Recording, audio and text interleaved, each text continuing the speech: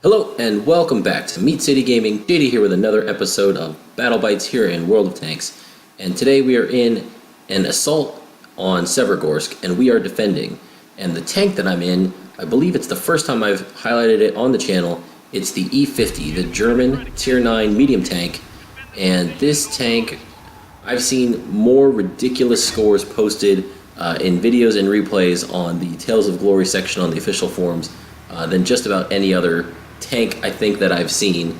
The caveat is that they're always going to be posted with the 105mm Top Gun on this tank, and in this video and currently with the tank I do not have that unlocked yet. I am on the last upgrade package, working my way towards it. It has been quite a grind. The tank is still good without that gun. It gets an 88mm, which is, it's okay. It's not great. The tank's mobility makes it very good. Its armor makes it very good.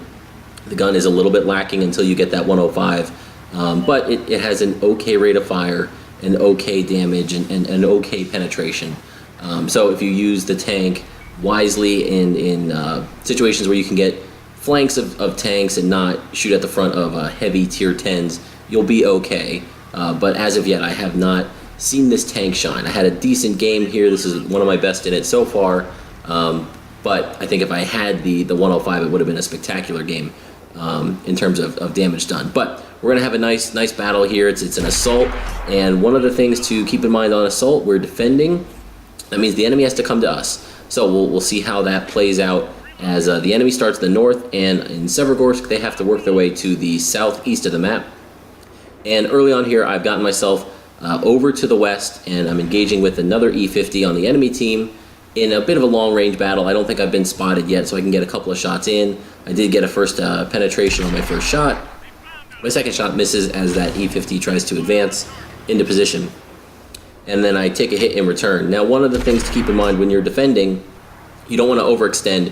You don't want to get caught out where the enemy, as they assault, can surround you and take you out very quickly, but you can't just sit back and let the enemy flank all the different positions on the map, because then you guys will be caught in a crossfire.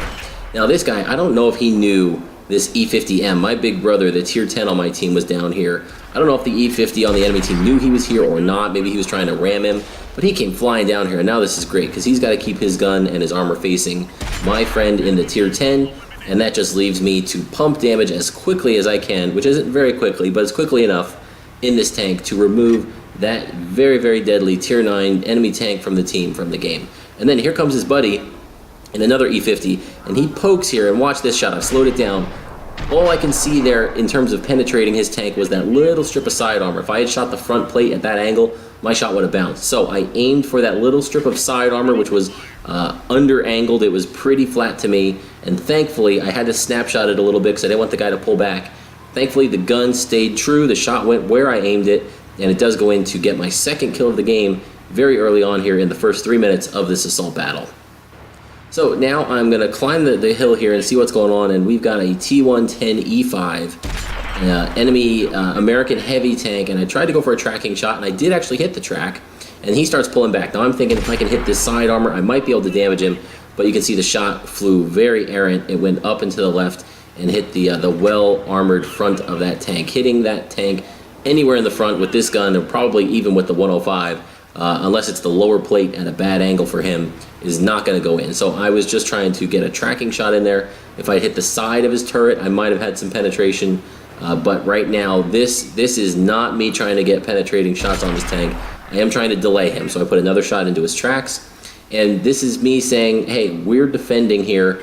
I'm holding this flank. You're not in a position to do anything right now. He's kind of funneled in there, and so I'm a tier 9 tank, mostly stock, holding back one of the strongest tanks on the enemy team here, just in a delaying action. I don't want to take a hit if I can help it. I don't want to take damage, but I want to keep popping up, poking, making him think twice about moving. And every minute that I delay is a minute closer to victory for our team. So this is one of the big things I try to do in these situations, is delay and allow the clock to run down so that we have a better chance of winning. But now the strategy switches up. The T110E5 then goes down the hill here and attacks my ally in the medium tank, the Patton. And I put a shot out, and I think that hit the rear of his turret, and it still bounced. Oh, that was brutal. But the fighting going on here is kind of behind a ridge line. There's a little piece of that mountain that's sticking out, and I don't have shots at that T110E5, even though he's not engaged or looking in my direction. There's nothing I can do to help this guy unless I charged in there myself. And I make a decision here. I look at the minimap and I see at least 2, maybe 3 tanks surrounding that enemy or that ally. I know he's going down, and I'm out here all by myself. I know I'm next. So I can't stay here or I will be just another dead tank. So I decide I'm going to pull back to the cover of my allies, and then, oh, I see this. An IS-7 Tier 10 Russian heavy tank is pushed up. He's looking into our base.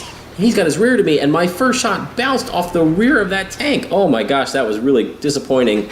But my second shot, we let it aim. It goes in, and unfortunately the damage is not enough to take him out. But maybe we'll be able to reload in time. Yes, we are, and we secure the kill, but it looks like we lost another tank immediately as that happened.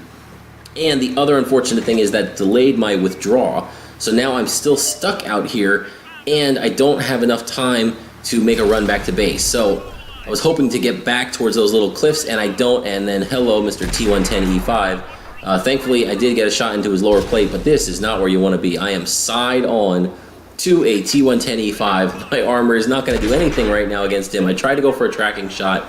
It bounced off the upper plate. I take another hit, and that one goes into my gas tank, and I think I tried to repair my tracks there, and unfortunately I got the fuel tank instead, so I'm still stuck here. I'm on a 1 hit, but thankfully I track the T110E5, and my friendly artillery is able to save the day with a shot to remove that T110E5 from the game and keep me in this match with just a little bit of health. 175 hit points is pretty much a one shot for anything that's going to be left in this match. So 10-10 in terms of the score, 3.5 minutes left, and boy, it's an even matchup. 5 tanks left on each team. The enemy has 2 Arty to R1. We have 2 tank destroyers to their none. And you can see that there are a couple of very skilled players on the enemy team with 3 kills apiece in some of those tanks. So what are we going to do here? Again, I am crippled. I'm a 1-shot. I need to play smart here and help secure the victory. So I try to see if I can get a little shot in here. Gun depression is not doing me any favors. I'm kind of going up a slope, so that's not to be unexpected. And we've got 3 minutes left. And so I think to myself, all right, I know there are tanks on the eastern flank. I haven't seen anything else come down the west. It probably would have showed up with the T110E5 if there were any there. So we're under 3 minutes left. The enemy needs to either cap or kill all of us in order to win with an assault attack, that their attack. For them to win, they have to cap the base completely or eliminate all the defenders.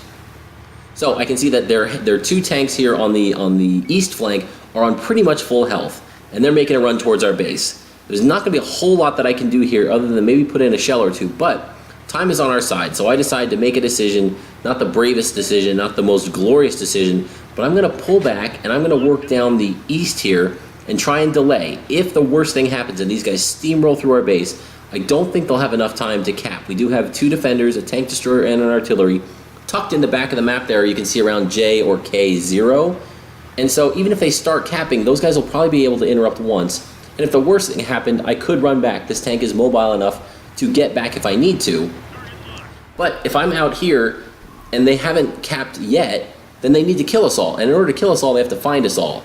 And to find me, they're going to have to go hunting, and I'm pretty quick. So what I'm doing here is twofold. I'm delaying, I'm trying to help secure the win, but I have a hankering that the enemy artillery is going to be down in this location as well. And if I can remove them, then that's some big alpha damage that the enemy will need to rely on to eliminate the rest of our tanks quickly in the time that's remaining. So what I'm going to do is poke this ridge line and see if we can spot anything.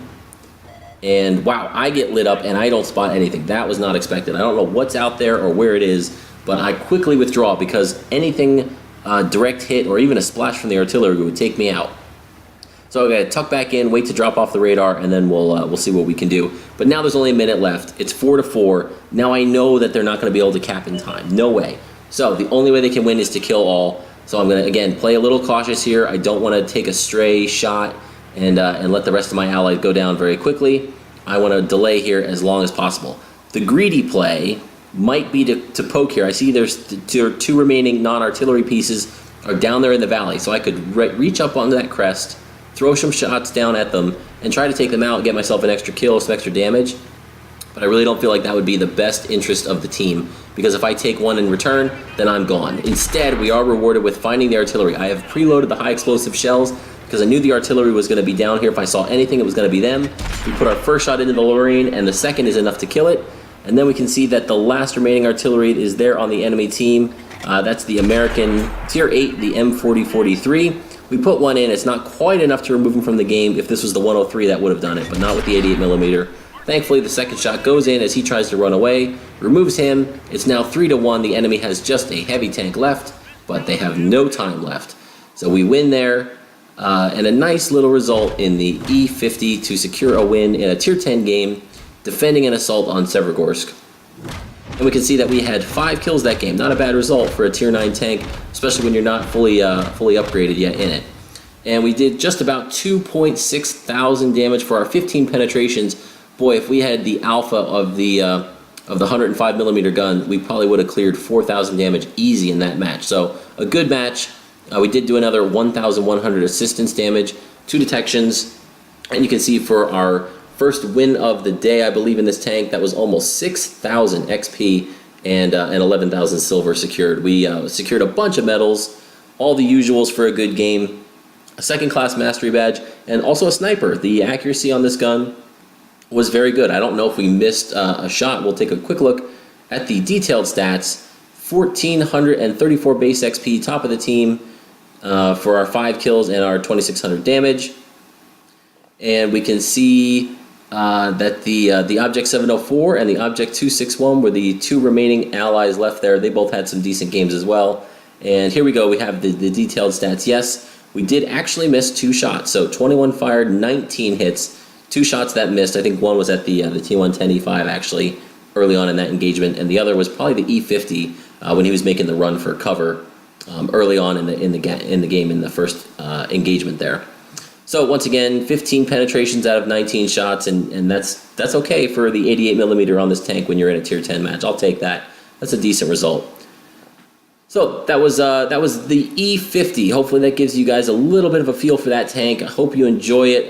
There are going to be more replays from this tank coming. It'll probably be about a week, I think, until I can unlock the 105mm, and then hopefully the real joy, the real pain will start for the enemies as we start to put that gun to work in what will become a very, very deadly Tier 9 tank. So hopefully you guys enjoyed that. If you did, please feel free to give a thumbs up, subscribe for future content, and I will see you next time. Thanks.